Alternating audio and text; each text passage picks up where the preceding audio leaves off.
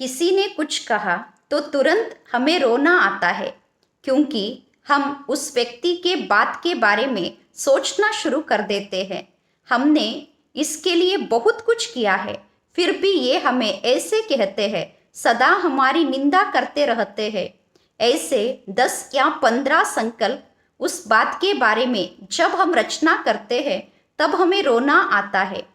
उस व्यक्ति ने तो एक ही लाइन कहा था, लेकिन हम थोड़ा पीछे चले जाते हैं।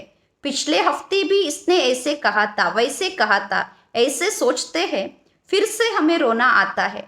हम फिर उससे भी पीछे चले जाते हैं। 5 साल पहले भी इसने ऐसे कहा था, ऐसे किया था, ऐसे सोचते हैं तो मन भारी हो जाता है, फिर रोना आता है। तो क्या वो व्यक्ति हमारे दुख का कारण है या हम जो संकल्प रच रहे हैं वो संकल्प हमारे दुख के कारण है?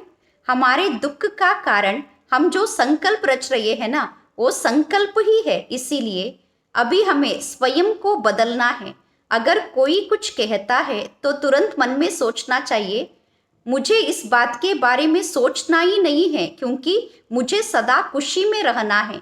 अगर हम किसी बात के बारे में सोचकर रो सकते हैं, मतलब उस बात के बारे में सोचने की शक्ति हमारे में है, तो उस सोच से मुक्त होने की शक्ति भी हमारे में है। कैसे भी करके मुझे खुशी में रहना है, ऐसा संकल्प मन में धारण करके अगर कोई कुछ कहता है तो उस बात को वहीं पर छोड़ देना है और सदा खुशी में रहना है।